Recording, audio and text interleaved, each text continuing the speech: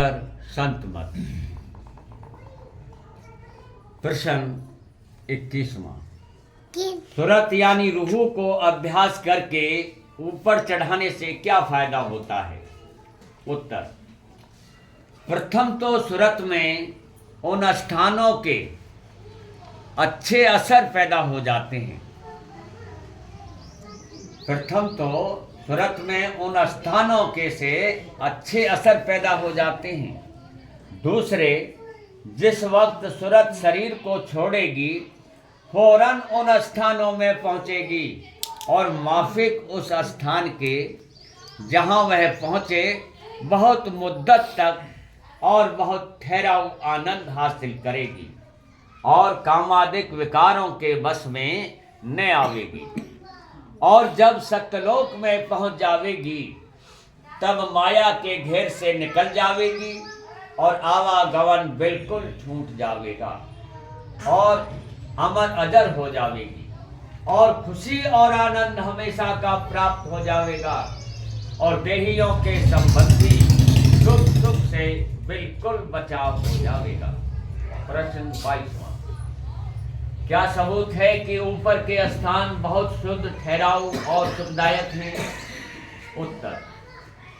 जितनी जहां चेतन शक्ति ज्यादा है वहां उतना ही विशेष आनंद और अच्छे सामान और ज्यादा अरसे तक ठहराव होते हैं और जहां माया बिल्कुल नहीं है वह स्थान भी हमेशा कायम रहता है और वहां का आनंद भी ज्यादा से ज्यादा है। प्रश्न 23वां। अभ्यास करने से कामादिक विकार किस तरह बस में आ जाएंगे? उत्तर। असल जड़ इन विकारों की ब्रह्मांड में है पर महासूक्ष्म तौर से और पिंड में इनका जहू सूक्ष्म और स्थूल तौर से होता है। अभ्यास करने से जैसे सूरत ऊंचे स्थानों में पहुंचती जाती है ऐसे ही ताकत इन विकारों की घटती जाती है और जब सूरत अभ्यास करके पिंड और ब्रह्मांड के पार पहुंचेगी तब इन विकारों के असर से बिल्कुल अलहदा हो जाएगी। प्रश्न 24वां। जो अभ्यासी कामादिक विकारों को बस में कर लेते हैं उनकी क्या पहचान है? उत्तर। जब किसी की सूरत पिंड से ब्रह्मांड में और फिर उसके ऊपर दयाल देश में अभ्यास करके पहुंचने लगी तो कुल विकार उसके दूर हो जाते हैं और उसको ताकत हो जाती है कि चाहे जिस अंग में जिस वक्त जरूरत और मुनासिब समझे बर्ताव करे चाहे ना करे, मगर ऐसे शख्स की पहचान सिवाय अभ्यासी के दूसरा नहीं कर सकता है। अलबत्ता कोई दिन संग करने से कुछ थोड़ा हाल मालूम हो सकता है। प्रश्न 25वां। अभ्यास न करने वालों की सूरत कहाँ जाती है? उत्तर।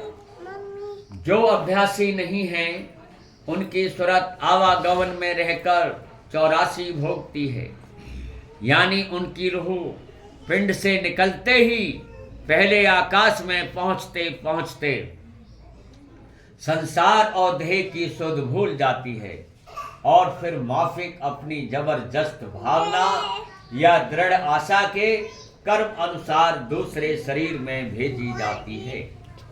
प्रश्न 26वां। आवागमन किसको कहते हैं? उत्तर। इस संसार में अनगिनत किस्म और हर एक किस्म में अनगिनत जौन हैं जिनमें कुल मनुष्य, जानवर, चरिंद परिंद, कीड़े मकोड़े, दरख्त, झाड़, पहाड़, पत्थर आदि शामिल हैं। हर एक जीव को माफिक अपने कर्मों की 84 भोगनी पड़ती है और सिर्फ मनुष्य देह उत्तम है जिसमें यह अच्छे कर्म और अभ्यास आदि जतन करके 84 के घेर से निकल सकता है। प्रश्न 27वां। कर्म किसको कहते हैं? उत्तर। किसी काम के करने को कर्म कहते हैं। नहीं कर्म को अथवा वह काम जो सिर्फ मालिक से मिलने के निमित्त किया जावे, संतों ने परमार्थ के वास्ते बहुत अच्छा माना है। और निषेध कर्म का बिल्कुल त्याग और सकाम के वास्ते जहां तक हो सके त्याग कहा है। मतलब यह है कि जिस कर्म या वचन से कि जो बगैर अपने खास मतलब के किया जावे और उससे जानदारों को आराम पहुँचे और उनका फायदा होवे, वह शुभ कर्म है। और जिस कर्म या वचन से जो अपने खास मतलब या किसी अपने प्यारे के मतलब के वास्ते किया जावे और जिससे दूसरों को किसी तरह से नुकसान या तकलीफ पहुंचती हो, वह पाप में दाखिल है। गरज यह है कि जिस बात को कोई आदमी अपने ऊपर पसंद ना करे, उसे दूसरे के ऊपर भी पसंद न करे, या जिस तरह वह चाहता है कि और उससे बर्तावा करे, वैसे ही वह औरों से बर्तावा करे।